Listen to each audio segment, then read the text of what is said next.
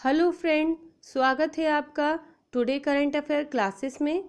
आज मैं आपके लिए लाई हूँ कुछ इम्पॉर्टेंट करंट अफेयर्स जो कि आपके all competitive exams like UPSC, MPPSC, SSC, banking, railway and all state level competitive exams के करंट अफेयर को फुलफिल कराएगा। तो गाइस स्टार्ट करते हैं आज का करंट अफेयर्स। अप्रैल 2020 टुडे करंट अफेयर्स। आज हम डिस्कस करेंगे बहुत ही इम्पॉर्टेंट करंट अफेयर के बारे में जिनकी 100% श्योरिटी है आपके आने वाले कॉम्पिटिटिव एग्जाम्स में। तो guys please focus on your study. Start करते हैं टुडे करंट अफेयर।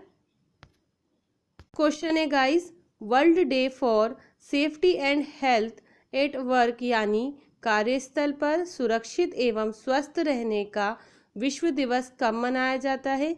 तो गाइस इसका आंसर है 28 अप्रैल। 28 अप्रैल को हम world day for safety and health at work मनाते हैं। ये कार्यस्थल पर स्वास्थ्य और सुरक्षा को सुनिश्चित करने के में जागरूकता बढ़ाने के लिए मनाया जाता है। इस बार 2020 की थीम रही है guys, safety and health at work can save lives. ये एक वार्षिक अंतर्राष्ट्रीय अभियान है। इसको आईएलओ के द्वारा मनाया जाता है। आईएलओ अंतर्राष्ट्रीय श्रम संगठन, इंटरनेशनल लेबर ऑर्गेनाइजेशन, इसके द्वारा इसे सेलिब्रेट किया जाता है। अब बात करते हैं आईएलओ के बारे में। आईएलओ का मुख्यालय है जेनेवा, स्विट्जरलैंड में। इसके अध्यक्ष हैं वर्तमान में गाय राइडर और आईएलओ की स्थापना हुई थी 1990 में। तो याद रखिएगा ये कुछ इम्पोर्टेंट फैक्ट आईएलओ के बारे में। सेकंड क्वेश्चन है गाइस, कौन सा कोविड-19 के लिए प्लाज्मा थेरेपी शुरू करने वाला पहला सरकारी अस्पताल बना है? तो याद रखिएगा, मैंने अपने पिछले वीडियो में आपको बताया था कि एक प्लाज्मा थेरेपी होती है जिसको हाल ही में दिल्ली गवर्नमेंट और अदर स्टेट ट्राई करने वाली हैं फॉर कोविड-19। हम इसके बारे में आज फिर से डिटेल में डिस्कशन करेंगे और इसके लिए फर्स्ट जो हॉस्पिटल है वो कौन बना है? तो याद रखिएगा, लखनऊ का किंग जॉर्ज चिकित्सा विश्वविद्यालय केजीएमयू प्लाज्मा थेरेपी शुरू करने वाला पहला हॉस्पिटल बना है। कॉन्विजेंट प्लाज्मा थेरेपी कोविड-19 रोगियों पर की जाने वाला एक प्रायोगिक प्रक्रिया है। इस प्रक्रिया में हम क्या करते हैं गाइस, प्लाज्मा थेरेपी में जो भी रोगी मनुष्य होता है और जो स्वस्थ मनुष्य होता है, स्वस्थ मनुष्य के जो इम्यूनिटी सिस्टम में एंटीबॉडी होता है, उस एंटीबॉडी स्ट्रॉन्ग एंटीबॉडी को हम निकालकर रोगी शरीर में डाल देते हैं, जिससे वो रोगों से लड़ने के लिए इम्यूनिटी को बढ़ाता है और जो वायरस के संक्रमण होते हैं उसे वो समाप्त कर देता है। इसे ही हम बोलते हैं प्लाज्मा थेरेपी। एक बॉडी से मतलब हेल्दी बॉडी से एंटीबॉडी निकालकर दूसरी जो कि संक्रमित बॉडी है, एक्टिव बॉडी है, उसमें एंटीबॉडी को डालकर उस प्रक्रिया को ही हम पूरा प्लाज्मा थेरेपी बोलते हैं। तो गाइस याद रखिएगा कि प्लाज्मा थेरेपी शुरू करने वाला पहला सरकारी अस्पताल कौन बना है? तो केजीएमयू, लखनऊ का किंग जॉर्ज चिकित्सा विश्वविद्यालय। अब हम बात करते हैं लखनऊ। लखनऊ है हमारा यूपी में। तो यूपी की बात करते हैं। यूपी के मुख्यमंत्री हैं योगी आदित्यनाथ और यूपी की राज्यपाल हैं आनंदीबेन पटेल। तो ये आपको कुछ इम्पोर्टेंट याद होना चाहिए। साथ ही यूपी की कुछ फेमस नेशनल पार्क है जैसे दुधवा नेशनल पार्क और अन्य अभ्यारण्य भी आपको याद होने चाहिए। थर्ड क्वेश्चन है गाइस, हाल ही में किस भारतीय खिलाड़ी पर सींग के मामले में खेल पर प्रतिबंध लगा दिया? हाल ही में किस भारतीय खिलाड़ी पर डोपिंग के मामले में, डोपिंग यानी एक प्रकार की भ्रष्टाचार या फिर डोपिंग मतलब आप कोई गेम खेल रहे हो और उसमें आपने कोई ड्रग या अल्कोहल या कुछ ऐसा चीज़ें ली हैं जिनसे आप आपकी स्टेरॉइड जो क्षमता होती है उसको बढ़ा रहे हो, तो ऐसी चीज़ों को खेल से पहले या बाद में लेने पर प्रतिबंध लगा होता है। उससे ही हम उस मामले में जो भी व्यक्ति पकड़ाता है या जो भी व्यक्ति के शरीर से उसके कुछ तत्व निकलते हैं उन्हें हम बैन कर देते हैं उन खिलाड़ियों को। तो ये ऐसा किसके साथ हुआ है? झूमा खातून के साथ। झूमा खातून के साथ ये एक मध्यम दूरी की धाविका है और इनके साथ प्रतिबंधित पदार्थों जैसे स्टेरॉइड का सेवन करने के कारण 4 साल का प्रतिबंध 4 साल तक के लिए तय किया गया था। अब जून 2018 में गुवाहाटी में एक राष्ट्रीय अंतर राज्य चैंपियनशिप के दौरान नमूना लिया गया था जिसमें डिहाइड्रोक्लोरोमिथाइल टेस्टोस्टेरोन की मात्रा पाई गई थी। इस मात्रा के वजह से ही इनको इनके खेल से बैन कर दिया गया था। अब वर्ल्ड एंटी डोपिंग एजेंसी के अध्यक्ष के बारे में बात करते हैं। वर्ल्ड एंटी डोपिंग एजेंसी के अध्यक्ष हैं विटोल्ड बांका और वर्ल्ड एंटी डोपिंग एजेंसी मुख्यालय है मॉन्ट्रियल कनाडा में। तो याद रखिएगा ये important fact world anti doping के बारे में। 4th क्वेश्चन है गाइस, सबसे कम लागत का वेंटिलेटर किसने तैयार किया है? तो याद रखिएगा इसका आंसर क्या है? सबसे कम लागत का वेंटिलेटर कई सारे संगठन ने मिलकर तैयार किया है। इसमें first is IIT Bombay, second NIT Srinagar और जम्मू कश्मीर के Islamic university of science and technology IUST Islamic university of science and technology के इंजीनियरिंग छात्रों की टीम द्वारा सबसे कम लागत का वेंटिलेटर हाल ही में तैयार किया गया है। आपको पता है कोविड-19 के कारण जो भी रोगी मनुष्यों की संख्या बढ़ती जा रही है उनके लिए इजीली वेंटिलेटर अवेलेबल नहीं हो पा रहे हैं। तो ऐसे में एजुकेशन सिस्टम है और साथ जो रिसर्चर हैं वो लगातार नए नए प्रयोग कर उन चीज़ों को बना रहे हैं जिनसे कोविड-19 में रोगियों की मदद हो पाए। तो इसी में से एक वेंटिलेटर बनाया गया है जिस वेंटिलेटर जो कि बहुत ही कम लागत का है जिसको हम इजीली प्रत्येक व्यक्ति तक पहुंचा सकते हैं जो कि रोगी है। तो बात करते हैं, नाम है वेंटिलेटर का रूहदार, ठीक है, और इसकी लागत है लगभग 10,000 रुपये। 5th क्वेश्चन है guys, credit rating agency India ratings and research INRA की रिपोर्ट में भारत की GDP कितने प्रतिशत कम हो गई है? एक्चुअली हर साल क्रेडिट रेटिंग एजेंसी द्वारा इंडिया की रेटिंग्स एंड रिसर्च INRA की रिपोर्ट आती है जिसमें भारत की GDP इस बार कितनी कम हो गई है। तो आपको पता ही है ये जितनी भी GDP जितने भी हमारे पोजीशन है वो इस वजह से कम हो रहे हैं। हर एक क्षेत्र इकोनॉमी या फिर हम जोग्राफिकल वे में बात करें क्योंकि कोविड-19 का इफेक्ट सभी जगह इक्वली डिस्ट्रीब्यूटेड है बट हमारे इंडिया पे भी उसका कई हद तक असर पड़ रहा है। तो हम बात करते हैं GDP कितने परसेंट कम हुई है, तो 1.9% हमारी GDP हो गई है। पहले यही GDP हमारी अनुमान लगाया गया था 2021 के लिए कि ये 3.6 रहेगी, पर अब ये बहुत और कम होके 1.9% हो गई है। यानी कितने परसेंट की गिरावट आई? तो 1.7% कम हो गई है। याद रखिएगा गाइस। अब हम बात करते हैं 6th क्वेश्चन, हाल ही में किसने मुख्य बहुपक्षीय वायु युद्ध अभ्यास पिच ब्लैक 2020 को रद्द करने का फैसला किया है? तो गाइस इसका आंसर है ऑस्ट्रेलिया। ऑस्ट्रेलिया ने 2022 में होने वाले अपने मुख्य बहुपक्षीय वायु युद्ध अभ्यास पिच ब्लैक 2020 को रद्द करने का फैसला किया है। अब ये ऑस्ट्रेलिया के द्वारा 2022 में किया जाएगा। हालांकि ये इससे पहले कब हुआ था? तो 2020 में जो होने वाला था उससे पहले ये 2018 में हुआ था और अब ये 2020 में ना होकर अब 2022 में होगा। अब हम बात करते हैं भारत ऑस्ट्रेलिया के बीच ये वायु युद्ध अभ्यास है। और अगर हम बात करें दोनों देशों के प्रमुख की, वायु प्रमुखों की, तो भारत और ऑस्ट्रेलिया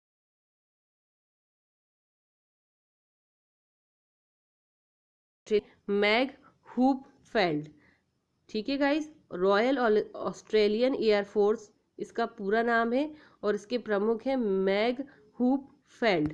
दूसरा है भारतीय वायुसेना IAF के एयर चीफ मार्शल हैं राकेश कुमार सिंह भदौरिया। अब हम बात करते हैं ये बहुपक्षीय वायु युद्ध अभ्यास के बारे में। पिच ब्लैक 2020 ये एक प्रकार का अभ्यास होता है जिसमें दोनों ही देश के वायु युद्ध अभ्यास पर कार्य किया जाता है और उनकी आगे की रणनीति को तय किया जाता है। तो आक्रामक काउंटर एयर OCA और रक्षात्मक काउंटर एयर DCA युद्ध अभ्यास के द्वारा ये संपन्न किया जाने वाला था। अब हम बात करते हैं ऑस्ट्रेलिया। ऑस्ट्रेलिया की राजधानी है कैनबरा। ऑस्ट्रेलिया के प्रधानमंत्री हैं Scott John Morrison. And Australia एक बहुत ही सुंदर देश है। ऑस्ट्रेलिया की मुद्रा है ऑस्ट्रेलियाई डॉलर। तो याद रखिएगा ये इंपॉर्टेंट फैक्ट। मैंने आपको पिच ब्लैक 2020 भी क्लियर करा है, साथ ही साथ ऑस्ट्रेलिया भी क्लियर करा है। 7th क्वेश्चन है गाइस, पाकिस्तान क्रिकेट बोर्ड ने किस पाकिस्तानी बल्लेबाज पर 3 साल तक का प्रतिबंध लगाया है? तो इसका आंसर है गाइस उमर अकमल। ठीक है, उमर अकमल पर जो है 3 साल का प्रतिबंध लगा दिया गया है। अब ये क्यों लगाया गया है? भ्रष्टाचार संहिता के 2 नियमों का उल्लंघन करने के कारण इन पर प्रतिबंध लगा दिया गया है। भ्रष्टाचार निरोधी संहिता के अनुच्छेद 2.44 के तहत ये बैन किए गए हैं, यानी 3 साल तक ये कोई गेम नहीं खेल सकते हैं क्रिकेट में। अब हम बात करते हैं पाकिस्तान की राजधानी इस्लामाबाद। पाकिस्तान के PM है इरफान खान और पाकिस्तान के राष्ट्रपति है आरिफ अलवी। 8th क्वेश्चन है गाइस, हाल ही में किसने report trends in world military expenditure 2019 जारी की है? तो हाल ही में ये report trends in world military expenditure 2019 जारी की है सिप्री का फुल फॉर्म है Stockholm International Peace Research Institute. SIPRI समूह या विचारक समूह या थिंक टैंक कहे जाने वाले हैं सिप्री। अब बात करते हैं सिप्री के द्वारा ये traders in world military expenditure 2019 जारी की गई है। तो इसमें सबसे ज़्यादा किसके ऊपर फोकस किया गया है? तो वैश्विक सैन्य खर्च, वैश्विक सकल घरेलू उत्पाद का 2.2% हिस्सा है, ये कहा गया है। और 2019 में सबसे ज़्यादा खर्च करने वाले देश हैं, तो याद रखिएगा अमेरिका ने डॉलर में 732 बिलियन खर्च करके फर्स्ट पोजीशन पे है। सेकंड पे चीन है 261 बिलियन एंड थर्ड पे है हमारा भारत 71.1 बिलियन, थर्ड पोजीशन। तो बस आपको फर्स्ट की याद रखनी है अमेरिका, सेकंड है चीन और थर्ड इंपॉर्टेंटली आपको भारत की याद रखनी है विथ उसके अमाउंट के साथ 71 बिलियन के साथ। 9th क्वेश्चन है गाइस, हाल ही में जेम्स M बैंक्स का निधन हो गया, ये कौन थे? तो याद रखिएगा जेम्स M बैंक्स ये का निधन हो गया। ये एक पूर्व नासा प्रमुख थे और कार्यकाल के दौरान ही इन्होंने 20 अंतरिक्ष यान मिशन सफलतापूर्वक पूरे किए थे। साथ ही अब हम बात करते हैं नासा के बारे में। NASA national aeronautics and space administration, इसके प्रशासक हैं जिम ब्रिडेनस्टाइन और नासा का मुख्यालय है USA वॉशिंगटन DC। साथ ही 10th क्वेश्चन, हाल ही में विजय मिश्रा का निधन हो गया, ये कौन थे? तो याद रखिएगा इसका आंसर है ऑडियो नाटककार और पटकथा लेखक। ये एक ऑडियो नाटककार और पटकथा लेखक थे। ये बहुत फेमस थे। 60 नाटकों, 55 फिल्मों और 7 TV धारावाहिकों में इन्होंने काम किया है। साथ ही ओडिशा साहित्य अकेदमी से इन्हें सम्मानित किया गया है।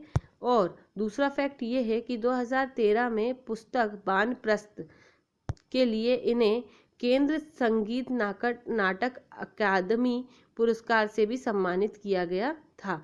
तो ये बहुत इंपॉर्टेंट है गाइज। विजय मिश्रा का निधन हो गया। ये एक ऑडियो नाटककार, पटकथा लेखक थे और इन्हें कौन से पुरस्कार मिले हैं ये आपको ध्यान रखना है।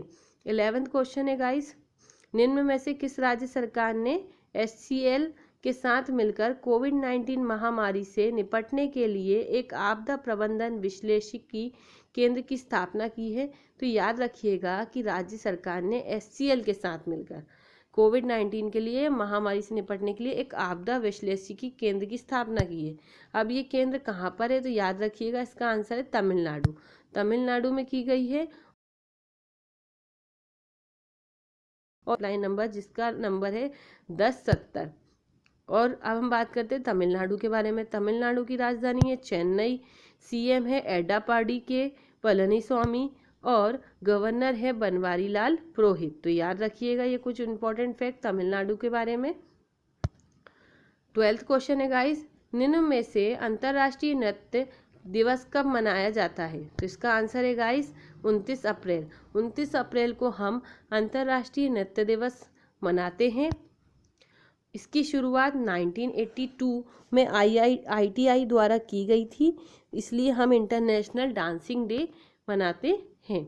अब है 13 क्वेश्चन गाइस, सऊदी अरब ने किन व्यक्तियों को अब मौत की सज़ा समाप्त कर दी है? तो याद रखिएगा कि सऊदी अरब ने क्या किया है कि जो लोगों को पहले नाबालिगों को कोई अपराध करने पर मौत की सज़ा, साथ ही साथ कोड़े मारने की सज़ा, ये सज़ाएं दी जाती थी। और हम जानते हैं कि सऊदी अरब का कानून सबसे दुनिया का सख्त कानूनों में से एक है। तो गाइस इसने हाल ही में उस सज़ा में मौत की सज़ा समाप्त कर दी है। तो याद रखिएगा। अब हम बात करते हैं सऊदी अरब। सऊदी अरब के अभी के जो राजा हैं यानी सुल्तान है वो कौन है? तो राजा सलमान बिन अब्दुल अजीज अल सऊद ने ये सजा की समाप्त कर दी है। बात करते हैं हम नाबालिगों द्वारा किए गए अपराध पर सजाए मौत की सजा को समाप्त कर दिया गया है, जो मैंने आपको बता दिया है गाइस। साथ ही सऊदी अरब की राजधानी है रियाद। ठीक है गाइस। सऊदी अरब की मुद्रा है सऊदी रियल। और सऊदी अरब के शेख मैं आपको बता चुकी हूँ राजा सलमान बिन अब्दुल अजीज अल सऊद। 14 क्वेश्चन है गाइस, हाल ही में जिसके द्वारा में हाइड्रोजन कार और बस लाने के लिए परियोजना का शुभारंभ किया गया है? तो याद रखिएगा हाल ही में किसके द्वारा हाइड्रोजन कार और बस लाने के लिए परियोजना का शुभारंभ किया गया है? तो इसका आंसर है गाइस NTPC ने लेह और नई दिल्ली में हाइड्रोजन कार और बस लाने की परियोजना का शुभारंभ किया है। कहाँ पे किया है? लेह और नई दिल्ली में। अब हम बात करते हैं NTPC के बारे में। NTPC का फुल फॉर्म है नेशनल थर्मल पावर कॉरपोरेशन। साथ ही इसने 10 हाइड्रोजन सेल FC आधारित इलेक्ट्रिक बसें और कार की बराबर संख्या प्रदान करने के लिए global expression of interest EOI की घोषणा की है। अब बात करते हैं NTPC लिमिटेड की स्थापना हुई थी 7 नवंबर 1975। ये रेलवे के लिए बहुत इंपॉर्टेंट है। 7 नवंबर 1975।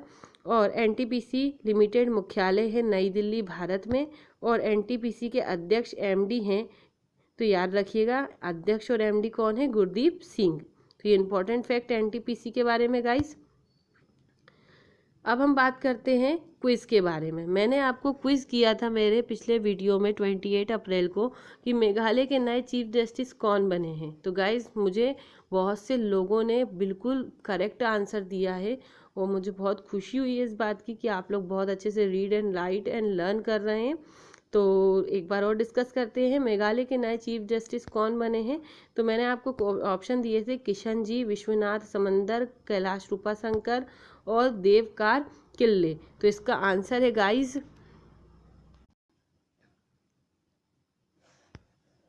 इसका आंसर है विश्वनाथ समंदर। Very good guys.